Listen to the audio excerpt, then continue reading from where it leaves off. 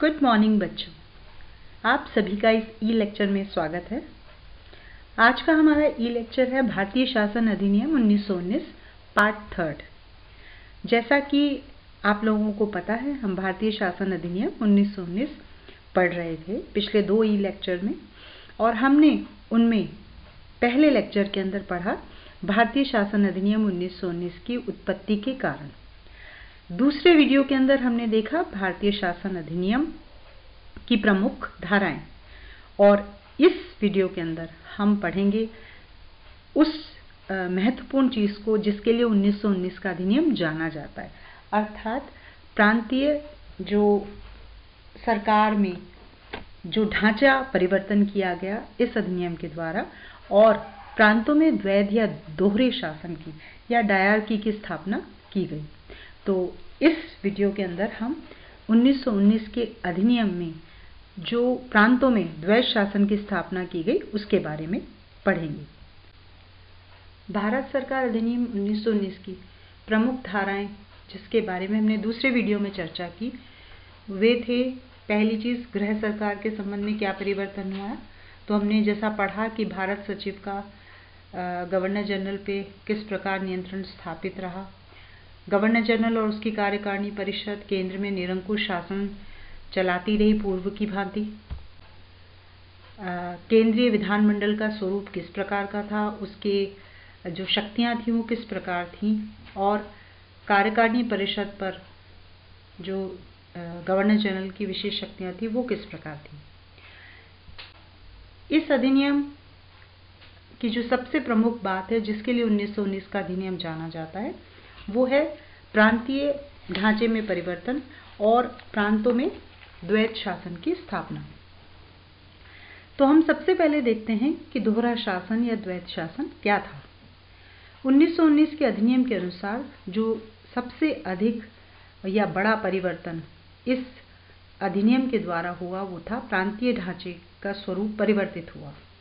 प्रांतों में दोहरा शासन यानी डायरकी जारी की गई। जैसा कि आप जानते हैं, अंग्रेजी में दोहरे शासन को डायरकी कहते हैं। डायरकी का अर्थ है डाय यानी कि द्वि यानी कि दो, और आर्किया का मतलब है शासन।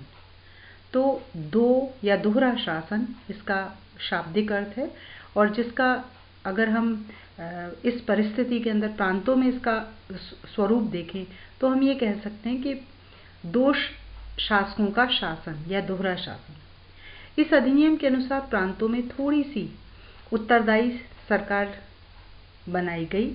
1919 के एक्ट से पहले भारत में एकात्मक सरकार थी और सारे विषय केंद्र के विषय माने जाते थे। इस समय केंद्रीय सरकार शासन को अच्छी तरह चलाने के लिए कुछ विभागों या विषयों को उन्होंने अपनी इच्छा से प्रांतों को दे दिया। तो इस तरह से जो शासन अब तक इकहरा था वह दोहरा हुआ, और कुछ शासन ब्रिटिश सरकार ने स्वेच्छा से ही प्रांतों को दे दिए। दूसरी चीज थी केंद्र और प्रांतों में विषयों का बंटवारा। इस अधिनियम के अनुसार केंद्रीय और प्रांतीय विषयों का पहली बार बंटवारा किया गया। बाद में प्रांतीय विषयों को भी 2 भागों में बांट दिया गया, ये एक अलग बात है। पर इस समय 2 प्रकार के जो विषय थे वो स्थापित किए गए। जो विषय सारे भारत के हित के थे उनको केंद्रीय विषयों में रखा गया। ये विषय 47 थे, और इनमें प्रमुख विषय जो थे वो थे प्रतिरक्षा, विदेशों से संबंध, भारत से बाहर यात्रा, विदेशियों को भारत में नागरिकता प्रदान करना, देशी रियासतों के साथ संबंध, आवागमन के साधन यानी कि रेल, हवाई जहाज, पानी का जहाज, सीमा शुल्क इत्यादि।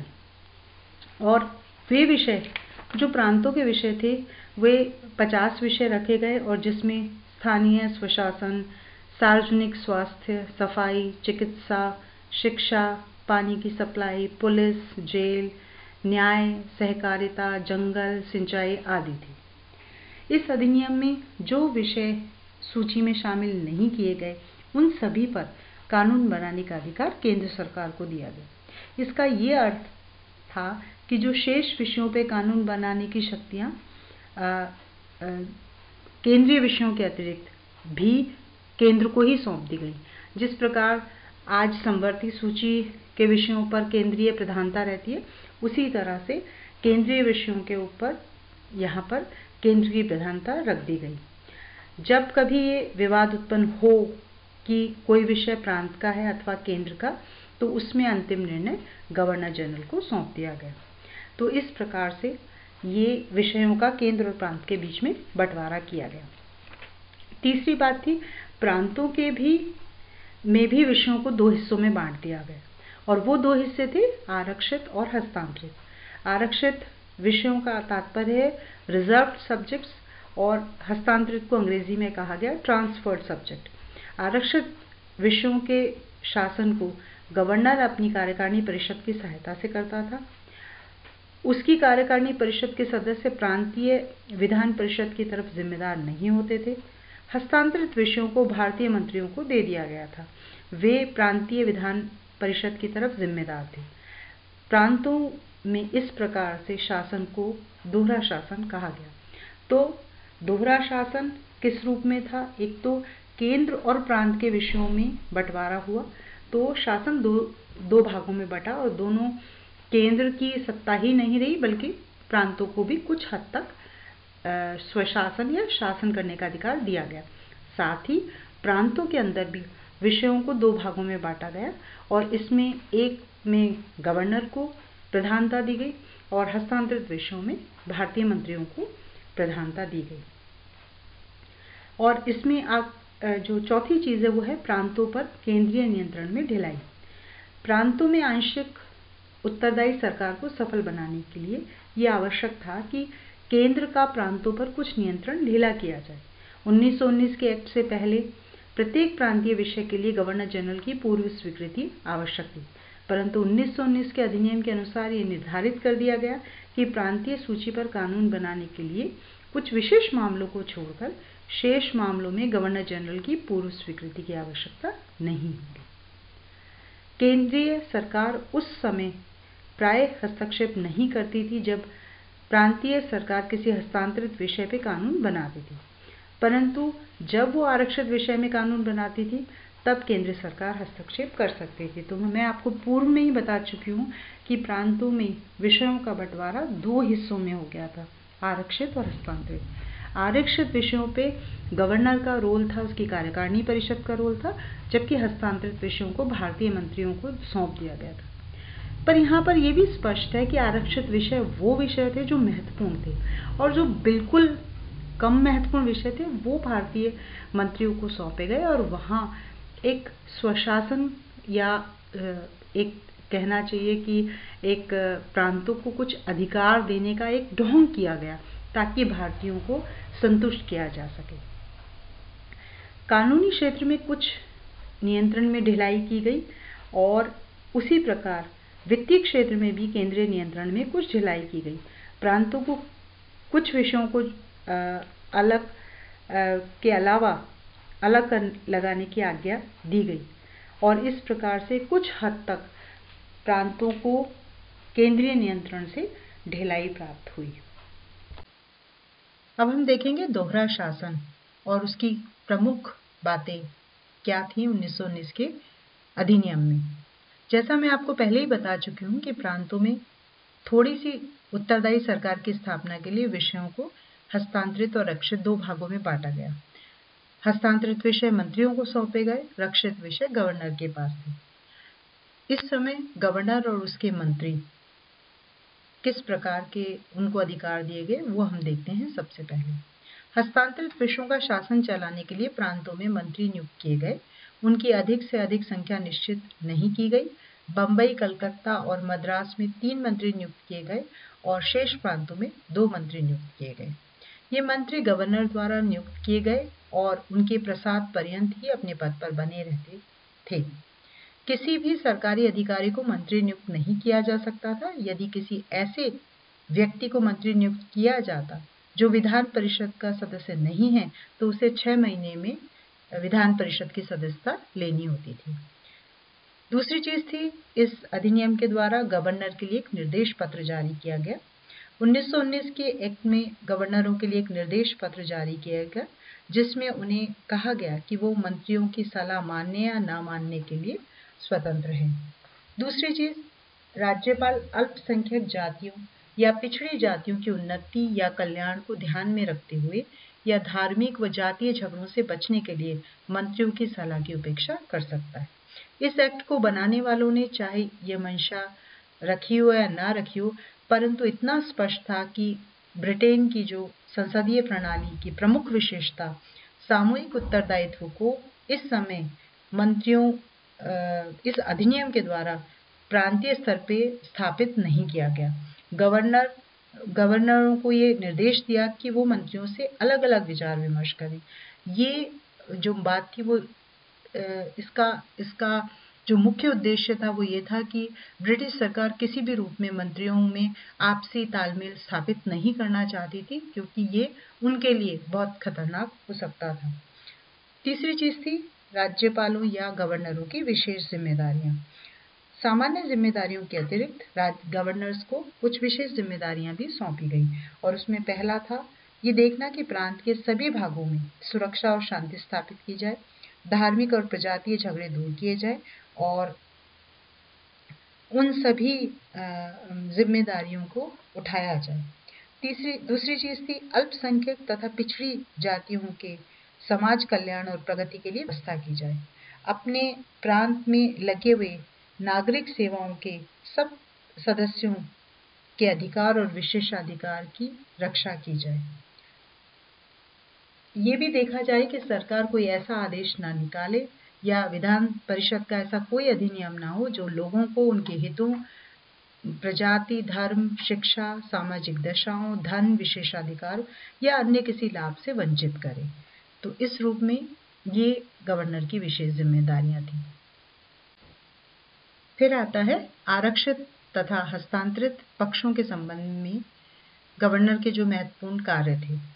यद्यपि मंत्रियों तथा कार्यकारिणी परिषद के सदस्यों की नियुक्ति के तरीकों, अवधि और विधान परिषद के साथ संबंधों में बहुत सारा अंतर था, फिर भी 1919 के अधिनियम बनाते वक्त ये कोशिश की गई कि हस्तांतरित और रक्षित विषय अलग अलग ना रहें।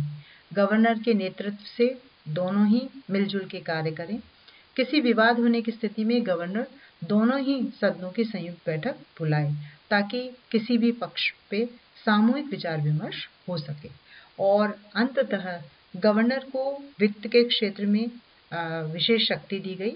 जैसा कि पूर्व में मैंने बताया कि वित्त एक आरक्षित विषय था और इसके प्रशासन की जिम्मेदारी गवर्नर की थी, उसकी कार्यकारिणी परिषद की थी और गवर्नर की थी, और इसी वजह से गवर्नर को बजट के तैयारी का पूरा अधिकार दिया गया था।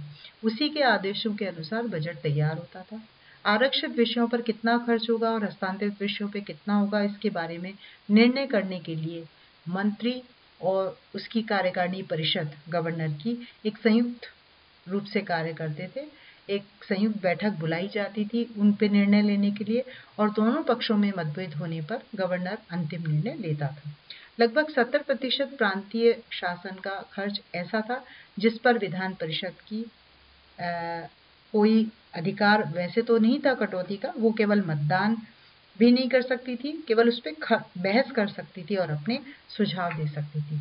तो इससे भी स्पष्ट होता है कि दोहरे शासन में कोई भी ऐसा मेजर अधिकार मंत्रियों को नहीं दिया गया था। अभी भी पूर्व की भांति सारे शासन की बागडोर गवर्नर के हाथ में थी। 1919 के अधिनियम में प्रांतीय विधान परिषदों में काफी परिवर्तन हुआ। ये देखना भी रोचक है कि वो परिवर्तन किस प्रकार का था। इस अधिनियम के अनुसार व्यवस्था की गई कि कम से कम 70% सदस्य प्रत्येक विधान परिषद में चुने हुए होंगे और 20% से अधिक सरकारी अधिकारी नहीं होंगे। चुने हुए सदस्य और सरकारी अधिकारियों के अतिरिक्त परिषद में कुछ नामजद गैर सरकारी अधिकारी भी थे। जहां तक चुनाव क्षेत्र तथा मताधिकार का प्रश्न है, मॉर्ले मिंटो सुधारों की अपेक्षा मताधिकार में इस समय वृद्धि हुई, विस्तृत हुआ मताधिकार, परंतु अभी भी वो जनसंख्या की तुलना में बहुत कम था। 1920 में ब्रिटिश भारत की जो जनसंख्या थी वो 24 करोड़ 17 लाख थी और इस समय केवल 53 लाख आबादी को ही मताधिकार दिया गया। लगभग जो है बहुत कम प्रतिशत इसमें लोग शामिल हुए। जहाँ तक मताधिकार की योग्यताएं हैं वो भी प्रत्येक प्रांत में भिन्न भिन्न थी। कुछ लोग जो देहाती क्षेत्र में थे 10 रुपए से लेकर 50 रुपए तक प्रतिवर्ष भूमि कर देते थे, उनको मताधिकार दे दिया गया। लेकिन शहरी क्षेत्रों में अधिक भूमि कर देने वाले व्यक्तियों को भी मताधिकार से वंचित रखा गया। चुनाव क्षेत्र इस समय सामान्य और विशेष चुनाव क्षेत्रों में बटे हुए थे। सामान्य चुनाव क्षेत्रों में मुसलमान, गैर मुसलमान, ईसाई, आंग्ल भारतीय समुदाय और सिखों को शामिल किया गया, जबकि विशेष चुनाव क्षेत्रों में यूनिवर्सिटी, वाणिज्य, उद्योग और जमींदारों को शामिल किया गया। सामान्य चुनाव क्षेत्रों को भी देहाती और जो शहरी चुनाव क्षेत्रों में बांट दिया गया। स्त्रियों को इस समय मताधिकार नहीं दिया गया था।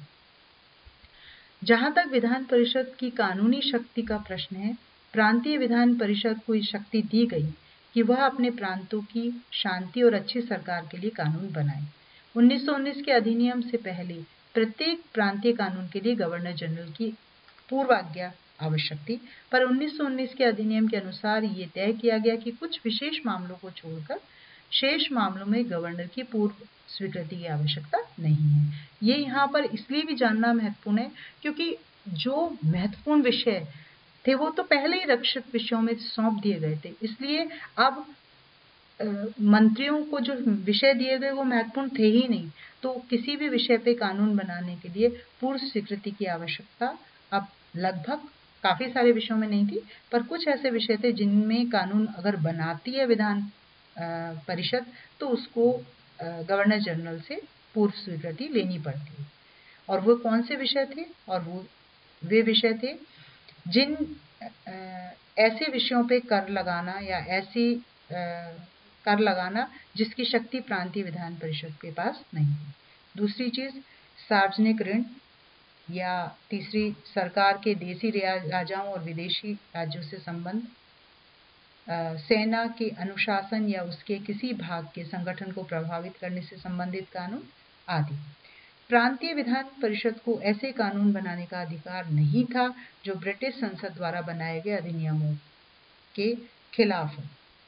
तो अंडरस्टूड था कि प्रांतीय विधान परिषद ब्रिटिश सरकार के अधिनियमों के खिलाफ तो कानून बना ही नहीं सकती थी। गवर्नर को कानूनी क्षेत्र में बहुत अधिक शक्ति दी गई। वो किसी भी विधेयक को विधान परिषद के पास पुनर्विचार के लिए भेज सकता था। वो किसी भी बिल को गवर्नर जनरल के विचार के लिए आरक्षित कर सकता था।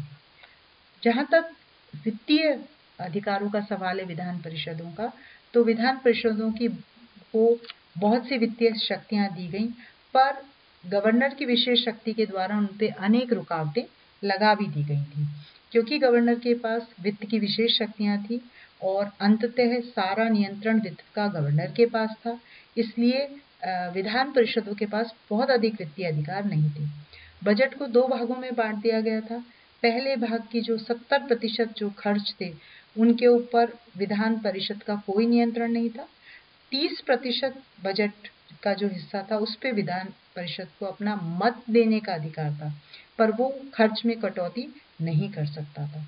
तो इस रूप में ये वित्तीय अधिकार कोई बहुत अधिक अधिकार नहीं थे। और तीसरी चीज है मंत्री तथा कार्यकारिणी परिषद पर विधान परिषद का नियंत्रण। प्रांतों में मंत्रियों को इस अधिनियम के अनुसार विधान परिषद की तरफ उत्तरदायी बनाया गया। ये उनको अविश्वास तथा निंदा प्रस्ताव या अन्य तरीकों से हटा सकती थी, परंतु गवर्नर की कार्यकारिणी परिषद के सदस्यों को हटाने का अधिकार उनके पास नहीं था। वे केवल प्रश्न और पूरक प्रश्न पूछ सकती थी। विधान परिषद के सदस्यों को काम रोको प्रस्ताव पारित करके भी नियंत्रित कर सकती थी। तो इस प्रकार आपने देखा कि 1919 के अधिनियम के द्वारा आंशिक तौर पे उत्तरदायी सरकार की स्थापना का प्रयास किया गया, परंतु उससे कोई बहुत जो है लोकतंत्र या बहुत स्वशासन के अधिकार भारतीयों को प्राप्त नहीं हुए, और इसीलिए आने वाले समय में ये जो आंदोलन था वो तेजी से चलता रहा। धन्यवाद।